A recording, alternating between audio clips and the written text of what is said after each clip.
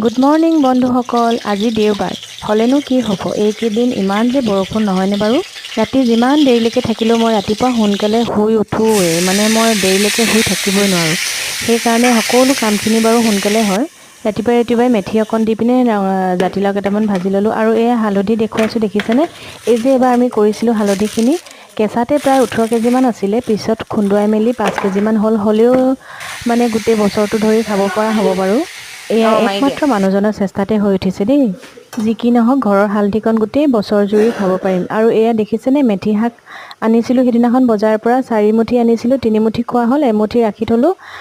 ল'ৰাকেইটাই যে নাখায়, নহ'লে এই ৰুটিৰ লগত মই এনেকৈ দি মেলি খুৱাওঁ তাহাঁতক। এয়া সৰু ভালকৈ বাছি ল'লোঁ, বাছি মেলি মিহি মিহিকৈ কাটি আটাৰ লগত এনেকৈ সানি মঠি, আপোনালোকে বাৰু কেতিয়াবা খুৱায়নে ল'ৰা ছোৱালীবিলাকক? নাখালে মই এনেকৈয়ে খুৱাওঁ আৰু।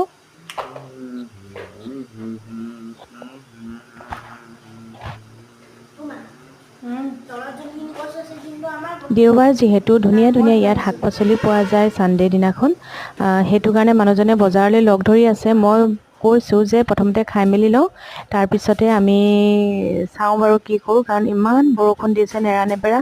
ইমান বৰষুণত ক'তো ওলাই যাবলৈও মন নাযায়, নহয়নে বাৰু? ডাঙৰটোৰ পৰীক্ষা চলিয়ে আছে যিহেতু, আকৌ ঘৰৰ পৰা ওলাই গ'লে সি আকৌ পঢ়ে বা নপঢ়ে এনেকুৱা নিচিনা মনটোতে লাগে। সি ফাঁকি নিদিয়ে বাৰু, সি ধুনীয়াকৈ সকলোবিলাক কাম কৰি থাকে নিজৰ কাম। সোনকালে আমি গোটেইকেইটাই ৰাতিপুৱাই চাহ তাহ খাই ল'লোঁ, গা পা ধুই চবেই।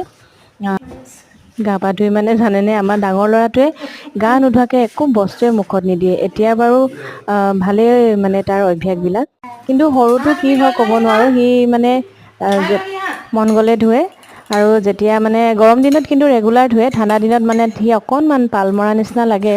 ৰাতিপুৱাটো যে আমি কেতিয়াও স্কিপ নকৰোঁৱে, ধুনীয়াকৈ গোটেইকেইটাই বহি মানে কি কি কৰিব দিনটোৰ সেইবিলাক আলোচনা কৰি মেলি ধুনীয়াকৈ আমি গোটেইকেইটাই চাহকণ খাওঁৱেই প্ৰতি ৰাতিপুৱাই।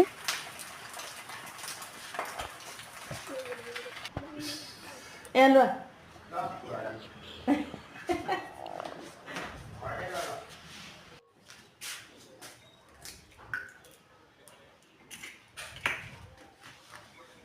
আজিৰ এই দিনটো মই আপোনালোকৰ লগত শ্বেয়াৰ কৰিলোঁ। আপোনালোকে জনাবচোন আপোনালোকৰ ৰাতিপুৱাটো কেনেকৈ পাৰ হয়, আৰু মোৰ ভিডিঅ'সমূহ চাই কেনেকুৱা লাগিছে আপোনালোকে প্লিজ কমেণ্ট এটা কৰিব। বাই।